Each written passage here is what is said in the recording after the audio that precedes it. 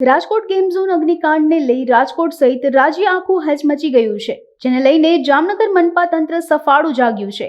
હાલ તંત્ર દ્વારા તપાસના આદેશ છૂટ્યા છે. પરિણામે જમ્યુકોની ટીમ દ્વારા તપાસ હાથ ધરાઈ રહી છે. જામનગરમાં એકમાત્ર JCR મોલમાં જ ગેમ ઝોન આવેલો હતો. આ ઉપરાંત નાના મોટા ગેમિંગ સ્થળ આવેલ છે, જે હાલ સુરક્ષાના ભાગરૂપે બંધ કરાયા છે. JCRમાં કોર્પોરેશનના ચેકિંગમાં તમામ ડોક્યુમેન્ટ બરાબર નીકળ્યા હતા. JCR ગેમ ઝોન પાસે ફાયર NOC BU મંજૂરી હોવાનું બહાર આવ્યું છે.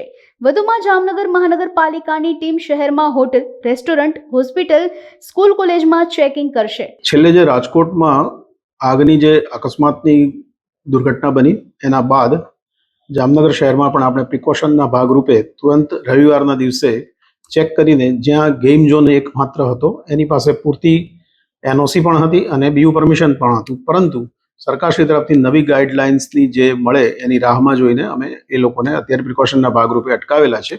અને એ રીતે કોઈ પણ પ્રકારે કોઈ પણ જગ્યાએ જ્યાં પણ રાઇડ્સ હતી એ આપણે રવિવાર અને સોમવાર દરમિયાનમાં અત્યારે હાલ એમને બંધ કરાવેલ છે.